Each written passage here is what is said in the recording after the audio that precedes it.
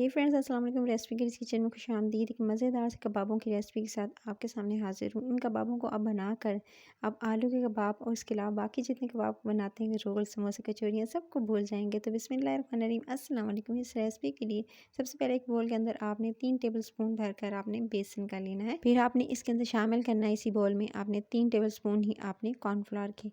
अच्छा, कॉर्नफ्लावर की क्वान्टिटी भी आप उतनी रखिएगा जितनी आपने बेसन की रखी है। फिर आपने हाफ़ टी स्पून इसके अंदर हल्दी, उसके साथ आपने धनिया क्रश किया हुआ यानी थोड़ा सा दरदरा पिसा हुआ 1/2 टी स्पून। फिर आपने इसके अंदर ज़ीरा शामिल करना है, सफ़ेद वाला भुना हुआ 1 टीस्पून। कुटी हुई लाल मिर्च इसके अंदर इस्तेमाल करेंगे 1/2 टी स्पून। और उसके साथ ही आपने इसके अंदर इस्तेमाल करना है लाल मिर्च का पाउडर 1/2 टी स्पून। फिर आप इसके अंदर शामिल कीजिएगा तकरीबन आपने 1/2 टी स्पून ही चाट मसाला आपने इसके अंदर शामिल करना है। फिर आप इसके अंदर शामिल कीजिएगा अजवाइन 1/2 टी स्पून से थोड़ी सी कम यानी 1 से 2 चुटकी आप इस्तेमाल कीजिएगा इसके अंदर। उसके बाद आपने इसके अंदर इस्तेमाल करना है अदरक और लहसुन का पेस्ट, जस्ट 1 टीस्पून छोटा चाय का चम्मच जो होता है वो आपने इस्तेमाल करना है। और उसके बाद आप इसके अंदर दही, बिल्कुल पानी निकला हुआ गाढ़ा दही आप 1 टेबलस्पून भर के इसके अंदर शामिल कर दीजिएगा।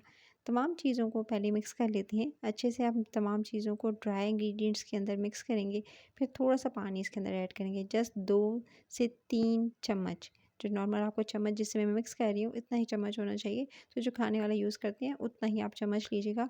और 2 से 3 टेबलस्पून आपने सिर्फ पानी के ऐड करने हैं, ज़्यादा एक्स्ट्रा पानी ऐड नहीं करना है आपने।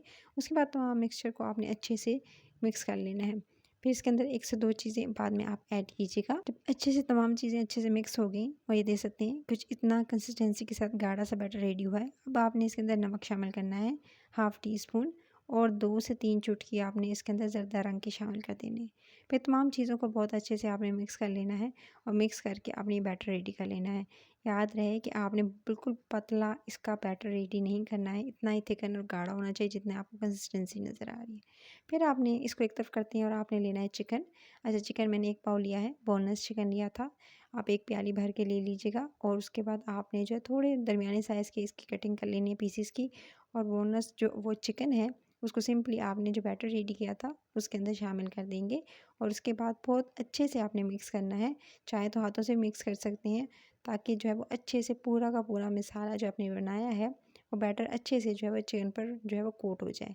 अच्छे से कोटिंग इसकी होनी चाहिए। और उसके बाद आपने 5 से 10 मिनट के लिए इसको अच्छे से जो है वो लगा कर यानी मसाला लगा कर ये जो आपने बैटर रेडी किया है इसके साथ आपने चिकन को छोड़ देना है। 5 से 10 मिनट के बाद तेल गरम कीजिएगा। तेल गरम करके फिर आपने कुछ इस तरह से थोड़े थोड़े फासले पर आपने डालना है, जिस तरह से आप नॉर्मली पकोड़े वगैरह डालते हैं। इस तरह से इस बैटर को भी आपने डालते जाना है और एक कबाब ये रेडी करते जाने हैं। आप इसी रेसिपी को आप कॉर्नफ्लावर के बजाय मैदे से बना सकते हैं। सो इस तरह से जो है वो इसको बनाते जाएंगे और डालते जाएंगे। और उसके बाद आपने इंतज़ार करना है, जब एक तरफ से हो जाए तो इनकी साइडें टर्न कर देंगे। अच्छा, इसको डीप फ्राई कर सकते हैं, शैलो फ्राई कर सकते हैं, एयर फ्राई में बना सकते हैं। तो इसकी साइडें मैं टर्न करती जा रही हूँ। एक तरफ से हो गया, इसको हल्की धीमी आंच पे कुक करेंगे। अगर आपने इसको दरमियानी या तेज़ आंच पे किया तो क्या होगा कि जो इसके अंदर चिकन है वो कच्चा रह जाएगा। सो इस बात का ध्यान रखना है कि ऊपर की जो कवरिंग है वो तो जल्दी हो जाएगी, लेकिन अंदर से चिकन जो है वो कच्चा ना रहे। तो इसके लिए आपने बिल्कुल हल्की धीमी आंच पे मैं इसे कुक कर रही हूँ। देख सकते हैं बिल्कुल लो स्लो फ्लेम है जिस पे कुक हो रहा है। तो जब इस तरह से कलर आ जाए, 4 से 5 मिनट बस लगेंगे। तो धीरे धीरे आप ये देख सकते हैं इसकी साइड में टर्न करती जा रही थी। जब अच्छा सा परफेक्ट कलर आ गया तो बस फिर आपने इसको निकाल लेना है। किसी बटर पेपर पर, किसी टिश्यू पेपर पर निकाल दीजिएगा ताकि इसका एक्स्ट्रा ऑयल निकल जाए। और इसको इसके बाद आपने जो है मनपसंद जो है वो चटनी के साथ, या इसको आप जो है वो किसी भी ग्रीन चटनी ले लें या केचप के साथ इसको एंजॉय कर सकते हैं। तो ये मज़ेदार सी रेसिपी हो जाएगी। जस्ट 4 से 5 मिनट लगेंगे और फ्राई होके ये डन हो चुकी है। तो जो नॉर्मली आप बनाते हैं ना, आप जो कबाब बना रहे होते हैं या कोफ्ते बनाते हैं या पकोड़े बनाते हैं, इससे हट के इस रेसिपी को ज़रूर ट्राई कीजिएगा।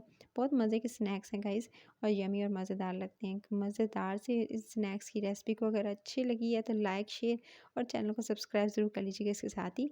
और ये देख सकते हैं कुछ इस तरह से अंदर से है मज़ेदार, बाहर से क्रिस्पी क्रंच और अंदर से चिकन की बाइट। आपने इस रेसिपी को ट्राई भी करना है और साथ ही साथ बेल आइकन को प्रेस करते हुए सब्सक्राइब जरूर कर लीजिएगा। बेल आइकन को प्रेस कर लेंगे, नोटिफिकेशन मिलेगी, मज़े मज़े की रेसिपीज़ को एंजॉय कर सकेंगे। अपना ख्याल रखिए। Till the next video, take care.